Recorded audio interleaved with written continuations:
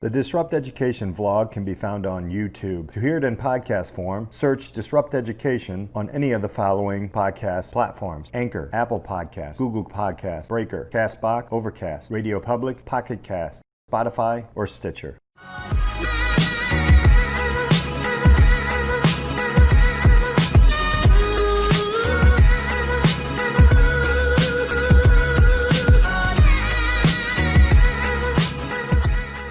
Welcome to this episode of Disrupt Education. I am pleased to have two distinguished guests changing education in very different ways. I would like to introduce Tom Wolper. He is the founding head of school for the New England Innovation Academy. And I would also like to introduce Matt Cressy, the director and founder of the MIT Integrated Design and Management degree program. Gentlemen, thank you so much for being here. Thank you for having us. A pleasure. All right, so let's go alphabetically. So we'll start with Matt. Matt, can you tell us a little bit about who you are and what you do? Why, sure. My name is Matt Cressy, and I grew up in New Hampshire. Tom's getting worried right now that there's going to be a long story, but I bring that up because I was in a school system that just wasn't that good, and ended up having a really adventurous experience in my schooling. Luckily, I was pretty driven and motivated, and ended up eventually studying this discipline called industrial design, and really love that. It's the discipline of designing and inventing products that have meaning and value to customers, to people. I started a company called Design Turn and made a living doing that for many, many years while I kind of had this hobby of teaching, and I was teaching with Rhode Island School of Design. Eventually started collaborating with Harvard Business School and MIT, and that all manifested eventually in this program that I co-founded called IDM, Integrated Design and Management at MIT. Thank you. And Tom, tell us a little bit about who you are and what you do right now. Well, I have the pleasure of being the founding head of New England Innovation Academy, and I recognize in some ways on paper I'm as least likely a candidate to be the head of an innovation academy, given that in so many ways my background is about as traditional background in independent education as it comes. I went to a country day school as a kid. I went away to boarding school, went to Lawrenceville School for high school. I think it was then, perhaps my friends knew before I did, that I was going to become a teacher. I was a camp counselor. I was a coach. I would light up when I'd be around kids. Time to graduate college, became a teaching intern at Groton School. Thought I'd do it for a year and then get a real job. And here I am some 30, 40 years later, still in education. I was lucky working at some great New England boarding schools, at Groton School, Taft School, Hotchkiss School. Did a 4A 4 years ahead of school in Chiang Mai, Thailand, and eventually served as the head of Far Hills Country Day School, a pre-K through 8 school in New Jersey.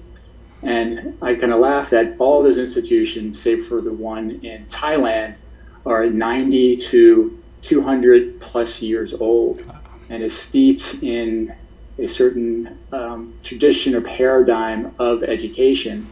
And as much as I value every minute from my experiences there, was always struck by how the inertia and culture of those institutions meant that they could only innovate and change around the edges, even as they did grow and evolve. And my role at Hotchkiss, I was the academic dean, working to try to be really forward-thinking as to what the program should look like. And that's where I got the bee in my bonnet, thinking as happy as I was about working in schools, really thought that they could do better. And when this opportunity opened up, it was a dream kind of come true. So I got to ask, how did both of you intersect? Let's go to that story. How did Matt meet Tom and Tom meet Matt? So let's see, I was pulled in to help NEIA develop some curriculum that would allow students to innovate, and was given this wonderful opportunity to be on the board of trustees.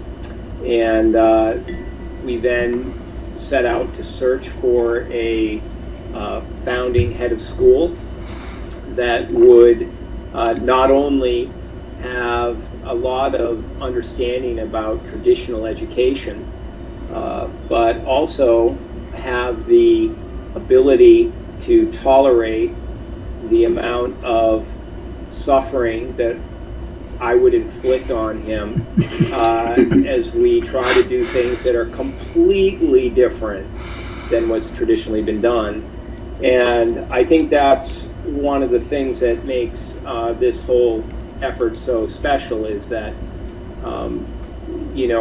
Tom is able to kind of grasp the value of the kind of unorthodox world that I came from and continue to perpetuate for other people, while at the same time making it something that will actually will meet the functional needs of academics and standardized testing and those things that are necessary in the school system that we're talking about at that age. Is that true, Tom? Is that how it happened? Whatever Matt says, absolutely. But I think maybe just to add on to what Matt said, what's been so exciting about this project, the founders, and also on the board with Matt Cressy, a man named Joel Getz, who's the Deputy Director of Advancement at Yale School of Management, has brought together a combination of people passionate about education, about entrepreneurism, about innovation, and combining that mindset. In so many ways, we have the mindset of a startup company, and blending that with the best in education. So the really interdisciplinary nature of the kind of founding team is part of what makes things so exciting.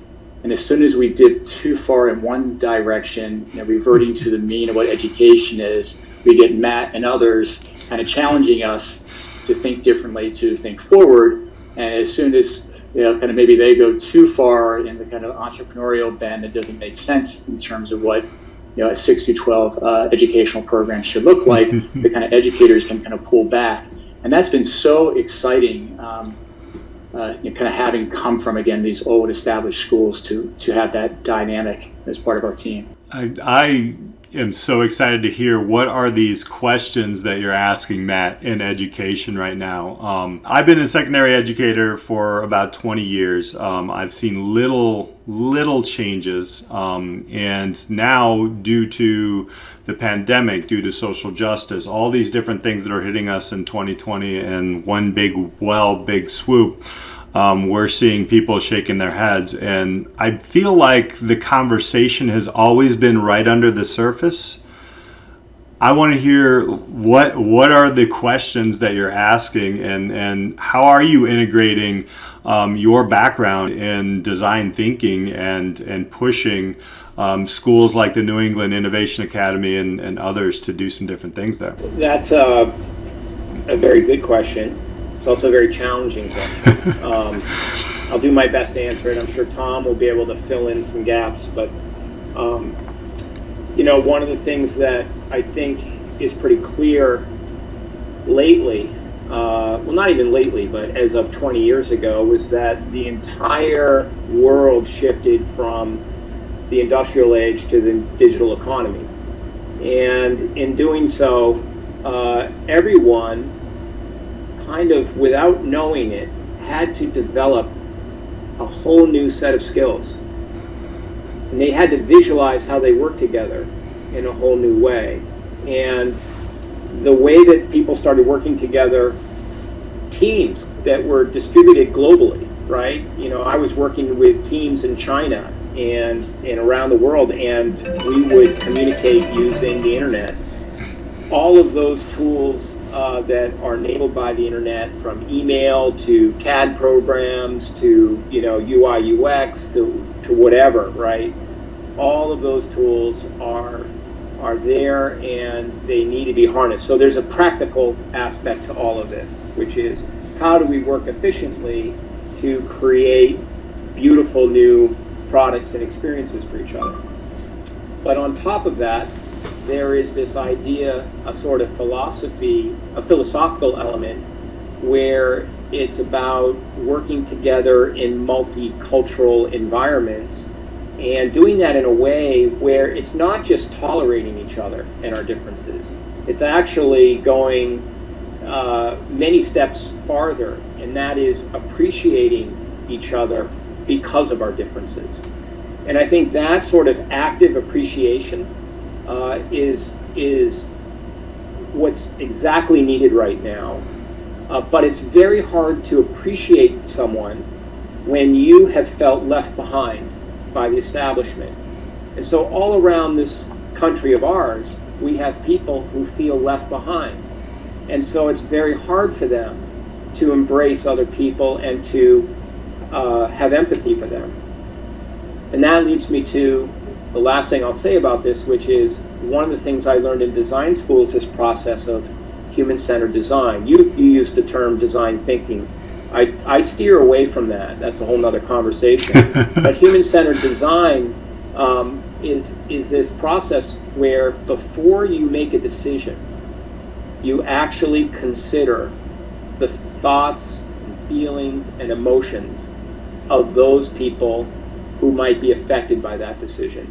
And you do that, you investigate those ideas and feelings through connecting with them, through understanding them, through discussion, very open, right, very loving. And then you synthesize that information and distill it into some sort of expression of those findings such that you can take action and create solutions to the problems that these people are in. So I feel like that idea of human-centered design taught to the individual citizens of this world, of this country, would actually go a long way to bringing us together, because it would be kind of baked into the way that we make decisions, as opposed to latching on to whatever stuff is being jammed down our throat by, all the various forms of media. And I think what I might, add there, and you alluded to this at the beginning, Peter, our educational paradigm today, for the most part, looks like it did back in 1950. And in some ways, it's designed around compliance. It's designed around certain content mastery and a very certain way of understanding. And all of that came from experts, whether they're school boards or external standards being done or No Child Left Behind. These experts kind of telling educators to tell children what they should know and be able to go ahead and do. What I love about what Matt said and what we need now to prepare students for 2050 is to begin with the needs of the students and to empower them. The first part of our mission, and we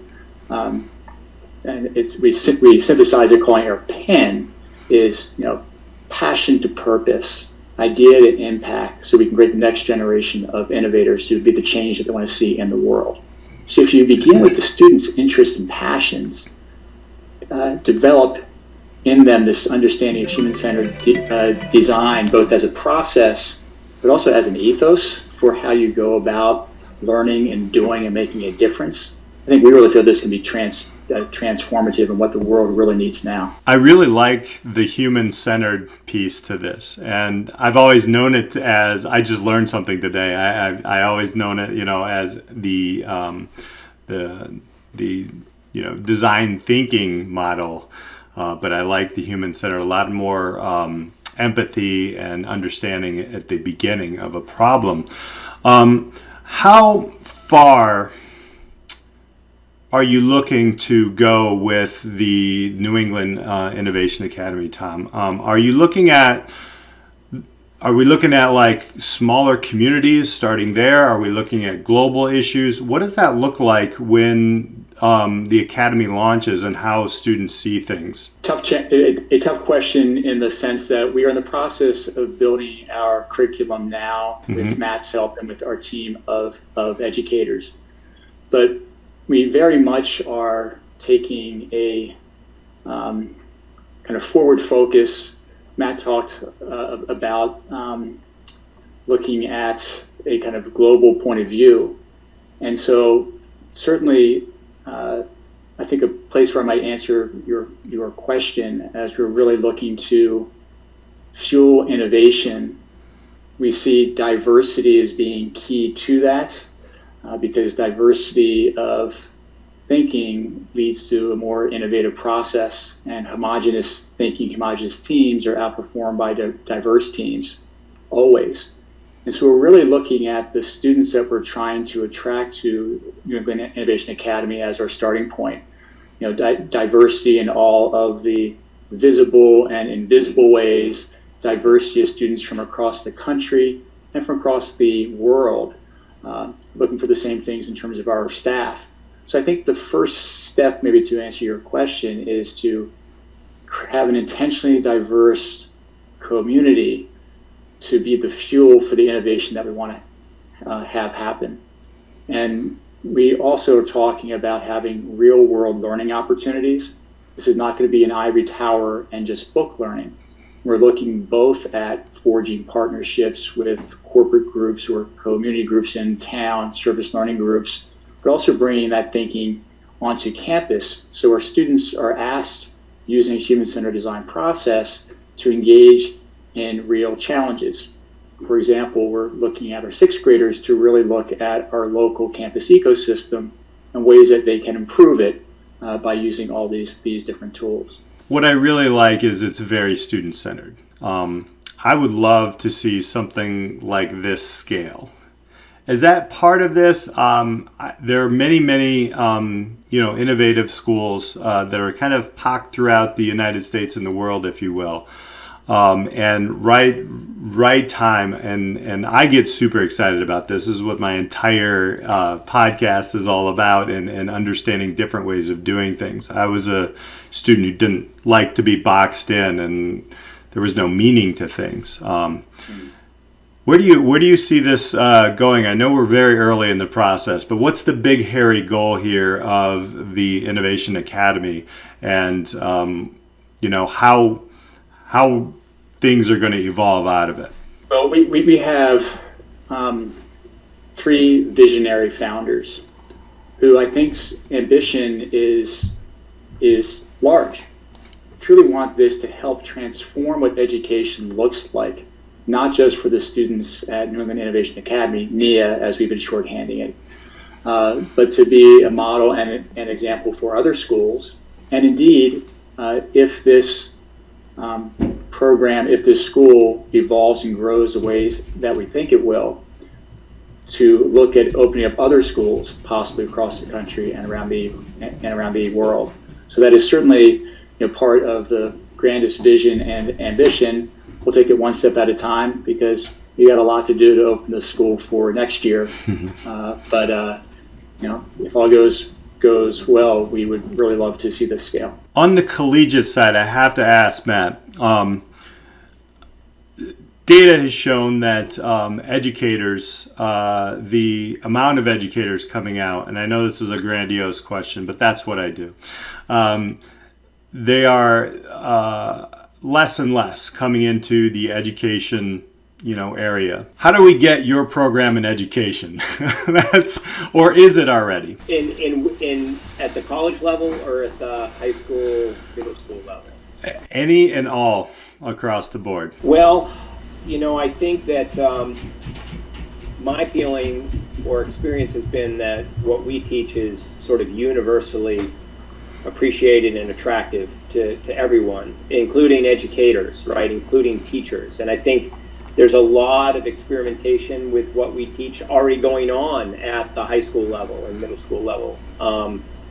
I think what's missing is maybe a kind of intentional element to it, right? That when people get it right, they may not know how they got it right, and so it's very difficult to repeat it. And so that's where this human-centered design process comes in. It's a process of innovating, but it's repeatable. certainly what we're hoping to do here with NEIA is scale it, right? And that could be scaled in many different ways. It could be opening other NEIA schools. It could also be licensing our curriculum to other schools that are not affiliated with us other than that. So we really do want to try to see that, because we hope and feel that what we're doing will have a positive impact on the lives of people who experience this type of curriculum.